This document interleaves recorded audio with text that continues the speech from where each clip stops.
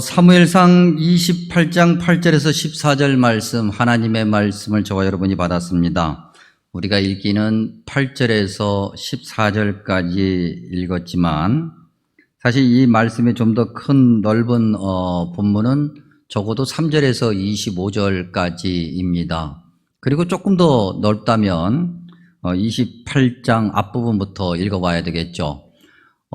최소한 요 28장 요 부분을 잘 이해하려면 사무엘상 13장부터 읽어보시는 것이 좋습니다. 그래서 13장, 14, 15 이렇게 쭉 읽어오면서 28장을 읽으시면 라고 그 내용을 좀 이해하는데 좀 더 풍성한 은혜가 될 것입니다.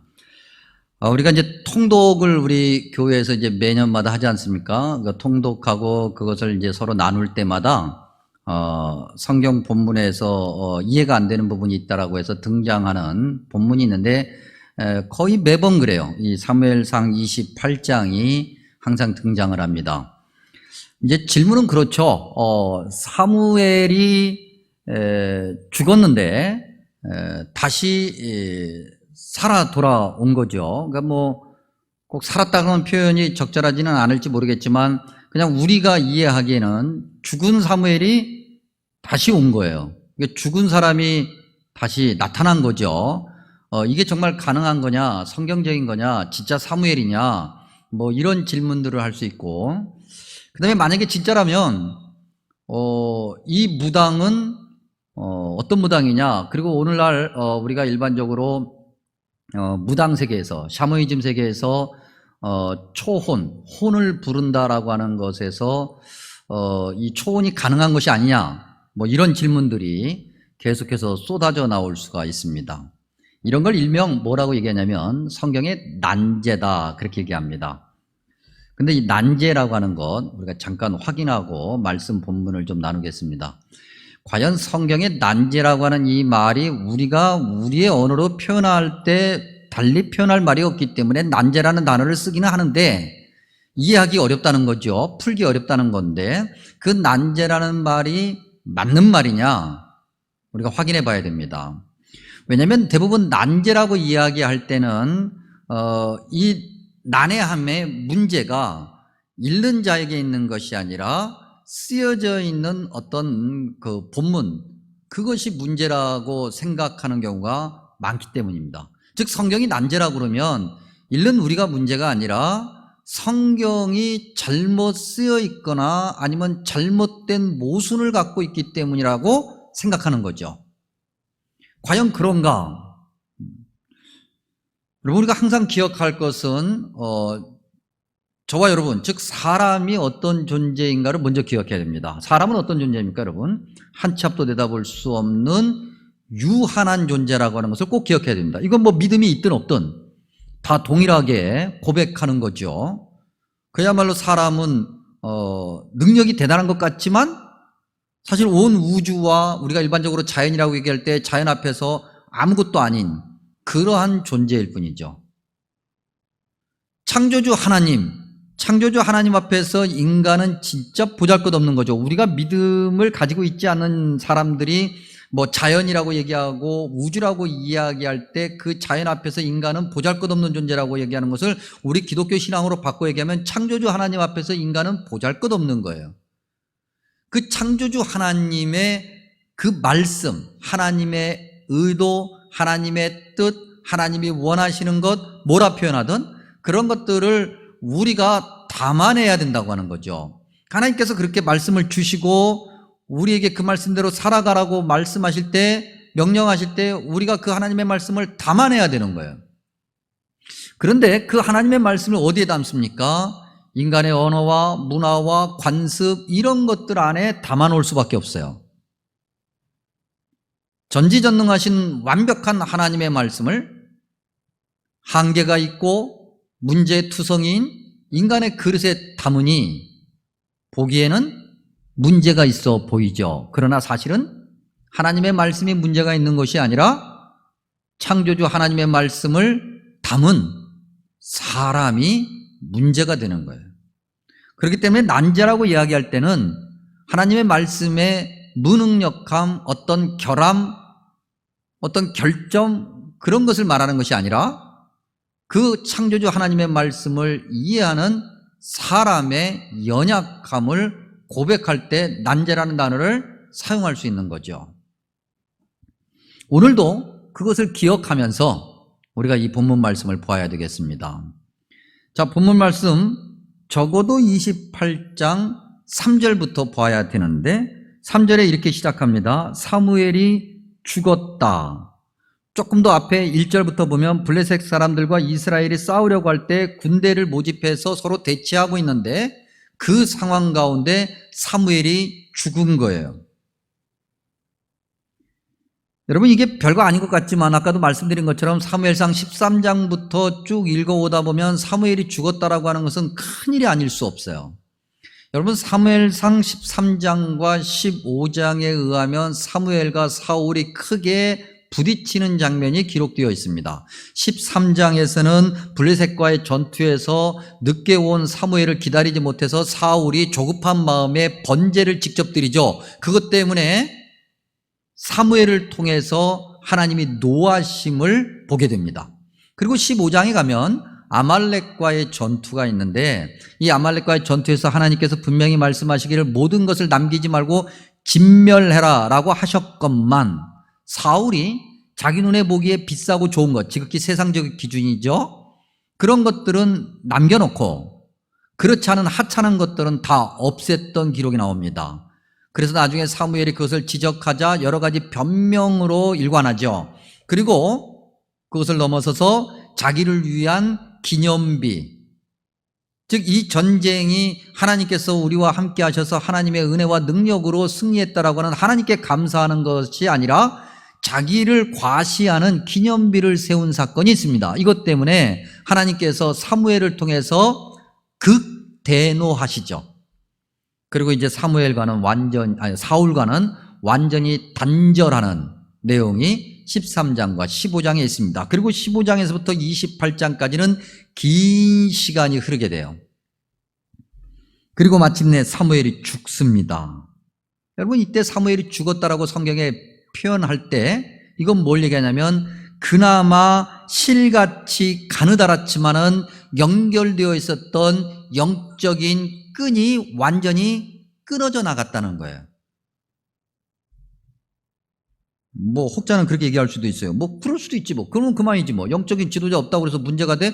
우리가 직접 하나님께 기도하면 되지. 근데 여러분, 성경을 통해서 우리가 확인하는 것 6절에 하면 사울이 여호와께 묻되 여호와께서 꿈으로도 우림으로도 선지자로도 그에게 대답하지 않으셨다 그랬어요.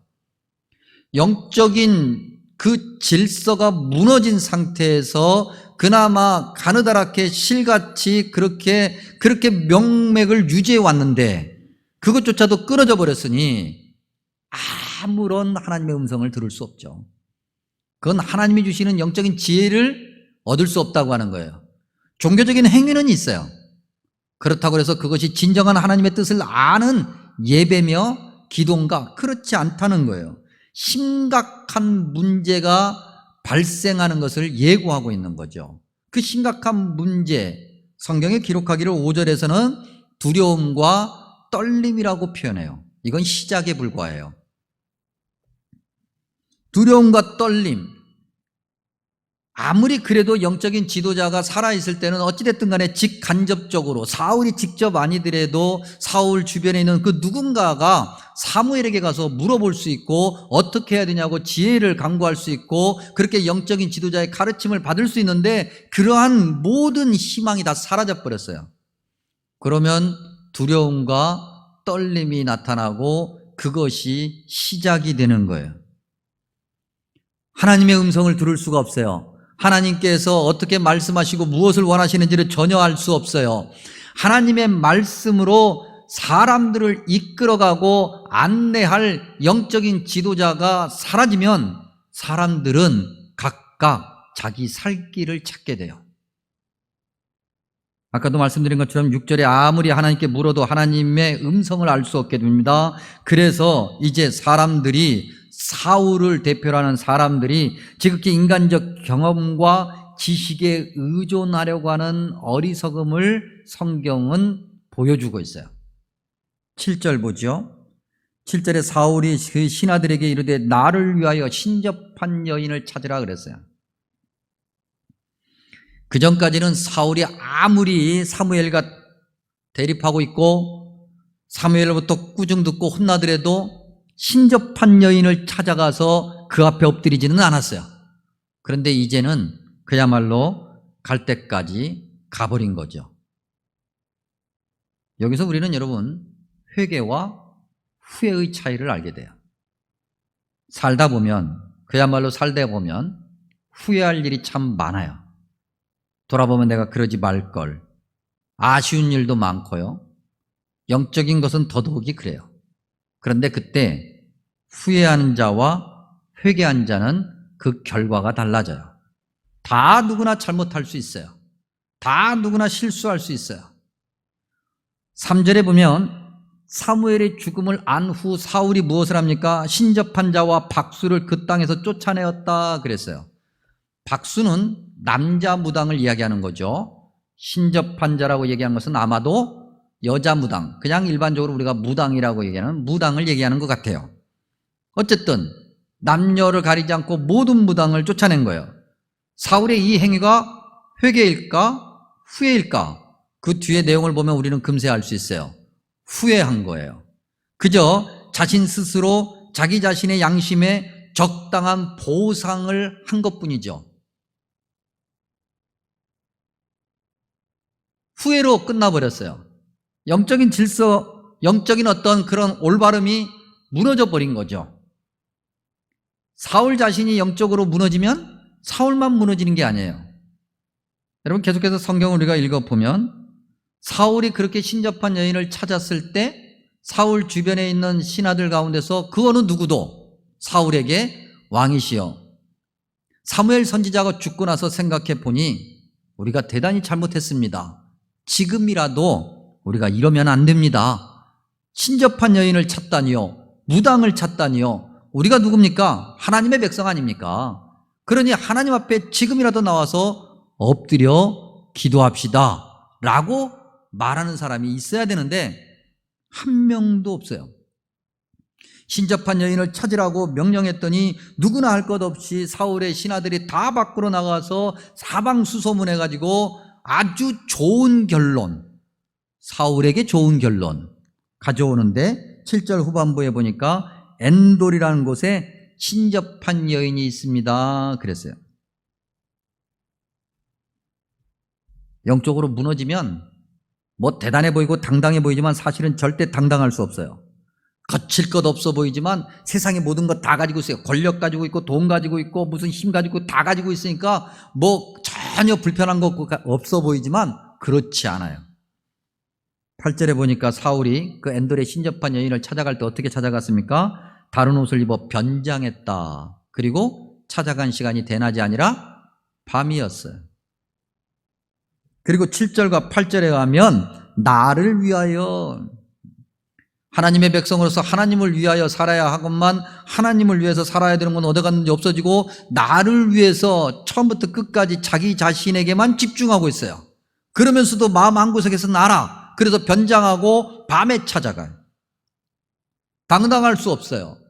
두려움과 떨림이 여전히 자리해요. 여전히 무서워요. 여전히 어떻게 할까 염려하고 근심하고 한숨 쉬고 불평과 불만을 쏟아내고 주변에 영적으로 제대로 되어 있는 사람이 아무도 없어요. 사울 자신이 사무엘 영적 지도자와 올바른 영적 질서의 관계를 갖고 있지 못하니 모든 것이 다 무너진 거예요. 그리고 난 다음에 8절 이하가 시작돼요. 제대로 된 이야기가 등장할 리가 없지요. 완전히 엉망인 이야기가 이제 등장하기 시작합니다. 사울이 밤에 변장하고 난 다음에 이제 엔돌에 신접한 그 여인 무당을 찾아갑니다. 변장을 했습니다. 그리고 밤이죠. 그러니까 무당이 자기에게 찾아온 사람이 얼핏 봤을 때 굉장히 고관인 것 같기는 해요. 왜냐하면 호위무사들도 있고 뭐 대단한 모습으로 그렇게 왔으니 굉장히 지체 높은 사람 같기는 한데 사울인지는 못 알아본 거예요. 사울이 그 무당에게 찾아가서 이야기합니다. 야, 부탁이 하나 있는데 좀 들어달라. 어떤 부탁입니까? 한 영을 좀 불러달라. 여러분 참 이게 제정신입니까? 사울이 누굽니까? 하나님의 백성입니다. 그리고 하나님께서 이스라엘의 초대 왕으로 기름 부어서 구별하여 세워주신 그런 은혜를 입은 자예요. 그런 자가 하나님 앞에 나와서 엎드려 기도하지는 못할 망정 무당을 찾아가요? 그것도 무당을 찾아가서 한 영을 불러달라고 얘기하는데, 그때 불러달라고 하는 영이 누굽니까? 사무엘이에요. 무슨 할아버지 영도 아니고 아버지 영도 아니고 사무엘을 불렀다. 하나님의 종을 불러달라고 그러는 거죠. 이건 뭘 얘기하는 거예요? 모든 영적인 권위를 무당에게 다 준다는 거예요. 적어도 그 순간 그가 의도했든 의도하지 않았든 무당이 하나님의 위대한 종 사무엘보다 훨씬 높다는 거죠. 무당이 부르면 죽은 사무엘도 올라온다는 것을 사울은 그렇게 생각하고 있는 거예요. 아무리 당시 사회가 고대 사회고, 그래서 샤머니즘이 발달되어 있고 무당이 중심이 되는 사회고, 무당이 뭐 대단한 능력을 가져올 만한 그런 사람들이고, 그런 사람들이 실제로 있고, 그래서 뭐 혼을 불러내는 그런 일들이 있다 할지라도, 하나님의 백성이, 하나님의 종이 찾아가서 무당 앞에 엎드려, 그것도 다른 사람이 아닌 하나님의 종 사무엘을 불러 올리라고 그렇게 부탁한다고요? 여러분, 이 무당은 어떤 무당일까? 당시 사회에서 나름대로 굉장히 신통한 능력이 있다고 인정받는 그런 무당일 것이 틀림없습니다. 증거가 그게 두 가지가 있는데, 하나는 아까도 봤던 7절에서 사울이 그의 부하들에게 신접한 여인, 즉 무당을 찾으라 라고 얘기할 때 아무 무당이나 찾으라고 한 것은 아니죠. 굉장히 그만큼 능력 있는 많은 사람들이, 야, 거기 가봐. 그 무당 참 용해. 우리가 그렇게 용하다고 표현하는 그 용하다라고 하는 것을 인정받는 그런 무당을 찾는 거죠. 그리고 사울의 신하들이 찾았습니다. 엔도리라는 곳에 가면은 아주 용한 무당이 있습니다. 그냥 허접한 무당이 아니에요. 꽤 능력 있는 무당인 거죠. 여러분, 오늘날에도 이런 무당이 있나요, 없나요? 네. 있다고 생각을 하시죠? 그래서 여러분도 찾아가지 않나요? 네. 예수님 믿는 사람들도 간혹가다 무당 찾아가죠? 안 찾아갑니까? 이건 뭐 비대면이라 지금 여러분들의 표정을 볼 수가 없어서. 네. 무당의 입장에서 또 한번 생각해 보죠. 처음에 사울이 찾아와서 한 영을 불러달라고 요청할 때 이 무당은 그 사람이 사울인지를 몰랐었습니다. 그래서 성경을 읽어보면 9절에 이미 3절에 있던 내용인데, 사울이 신접한 자와 박수를 멸절시켰던 것을 당신이 모르느냐? 그런데 나한테 와서 그런 행위, 즉 오늘날 우리의 언어로 바꿔 얘기하면 구슬해서 어떤 영을 불러달라고 하느냐? 나를 지금 죽이려고 하느냐? 라고 그렇게 반박해요. 그랬더니 사울이 이야기하기를, 여호와를 두고 맹세, 이것도 말이 안 되는 거예요. 여호와 하나님을 두고 맹세할 일이 따로 있지, 그 어떤 것도 여호와 하나님의 이름을 두고 맹세해서는 안 되건만, 이런 상황에서는 더더욱이 안 되는데 사울이 여호와의 이름으로 맹세해요. 어리석은 자죠. 내가 너를 절대 죽이지 않을 거니까 걱정하지 말고 불러와. 그래서 11절에 그 무당이 이야기를, 그래? 그러면 누굴 부를까? 라고 이야기합니다. 자신이 있었던 거죠. 이 무당은 자신이 있었던 거예요. 탁 봐도 아주 높은 사람이에요. 지체 높은 사람이에요. 그래서 내가 지금 이 구슬에서 한 영을 불러도 이 사람이 나를 보호해 줄 거라고 하는 그런 생각이 있었고, 그것이 확인이 되니 이제 자기의 어떤 영역을 사용하는데 주저함이 없어요. 그래서 이 무당은 용한 무당이에요. 꽤 능력 있는 무당이에요. 그래서요, 여러분, 뭐 어쩌라고요? 그래서 이런 무당에게 우리가 찾아가야 됩니까? 여러분, 성경을 계속해서 읽어보면 이 이후로 무당은 아무런 역할을 하지 못해요. 아무런 능력도 발휘하지 못하고요, 아무런 역할을 한마디도 하지 못해요. 우리가 이제 11절부터 꼼꼼하게 읽어보면 11절에 여인이 이르되 내가 누구를 내게 불러올리랴 하니 사울이 이르되 사무엘을 불러올리라 그랬어요. 여인이 사무엘을 보고 12절에 그 무당이 사무엘을 본 거죠. 이 봤다라고 하는 표현과 함께 봐야 될 표현이 있습니다. 13절 끝부분 정도 보면 내가 영이 땅에서 올라오는 것을 보았다 그랬어요. 이 무당은 사울의 이야기를 듣고 그래 그럼 내가 이제부터 이제 좀 구슬해야 되겠네 라고 하는 그 순간에 구슬하기도 전에 환상 중에서 한 영이 땅에서 올라오는 것을 봐버린 거예요. 즉 그 영은 땅에서 올라왔다라고 성경에 표현되어 있는 그 영, 그건 사무엘인데 사무엘은 무당이 불러서 올라온 것이 아니라 스스로 이미 올라와 있었던 거예요. 그러면 사무엘은 누가 불렀을까? 하나님이 부르신 거죠. 나중에 성경을 통해서 확인해 보겠습니다만 여러분 15절에 사무엘이 사울에게 왜 귀찮게 나를 불러올렸냐라고 하는 이 표현이요. 히브리어로 얘기하면 이게 좀 문법적인 얘기라 좀 복잡하긴 합니다만 이게 히필 형태예요. 니팔 형태가 아니에요. 즉 수동태가 아니고 사역형이에요. 누군가가 그렇게 그를 보낸 거예요. 사무엘을 누가 보냈을까? 무당은 사무엘을 불러 올리는 존재니까 만약에 무당이 사무엘을 불러 올렸으면 수동태로 써야 돼요. 그런데 히필 형태예요. 즉 사무엘이 사울에게 이야기하는 그 순간에는 사무엘 스스로 나온 것이고 사무엘 그 입장에서는 그를 보낸 그 어떤 분이 계시는 거죠. 누굽니까? 여호와 하나님이 사무엘을 그 순간 보내신 거예요. 이건 조금 이따 다시 한번 보죠. 그리고 우리가 중요하게 또 봐야 될 것이 있습니다. 무당이 13절 중간 부분에 이렇게 얘기합니다. 내가 영이 땅에서 올라오는 것을 봤습니다 그랬어요. 할 때 이 영이라는 단어를 우리가 주목해서 봐야 됩니다. 여러분 이 영이라고 하는 단어를 성경은 엘로힘이라는 단어로 쓰고 있어요. 엘로힘이라는 단어는 어떤 단어냐면 하나님을 이야기할 때 성경에서 쓰는 단어예요. 세상에서 쓰는 단어 엘로힘도 있습니다만 성경에서는 하나님을 이야기할 때 엘로힘이라는 단어를 하나님에게만 써요. 그래서 여호와 하나님, 그럴 때 아도나이 엘로힘이에요.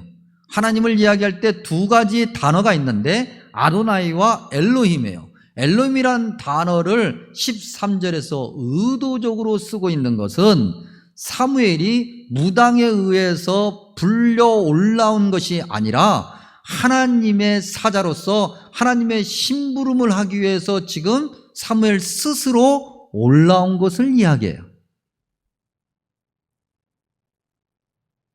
여러분 무당은 영적으로 무너진 사람, 또 영적 그 어떤 능력과 아무 상관없는 사람 앞에서는 도도해요. 그런데 영적으로 바르게 서 있는 사람 앞에서는 아무런 능력을 발휘할 수가 없어요.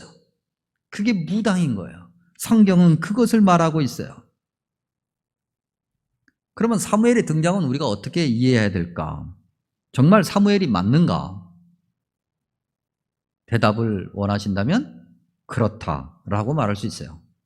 그러면 이제 우리는 또 다른 질문들이 막 생깁니다. 정말 사무엘이라면 성경이 죽은 사람이 산 사람에게 다시 나타나는 것을 허락하는가?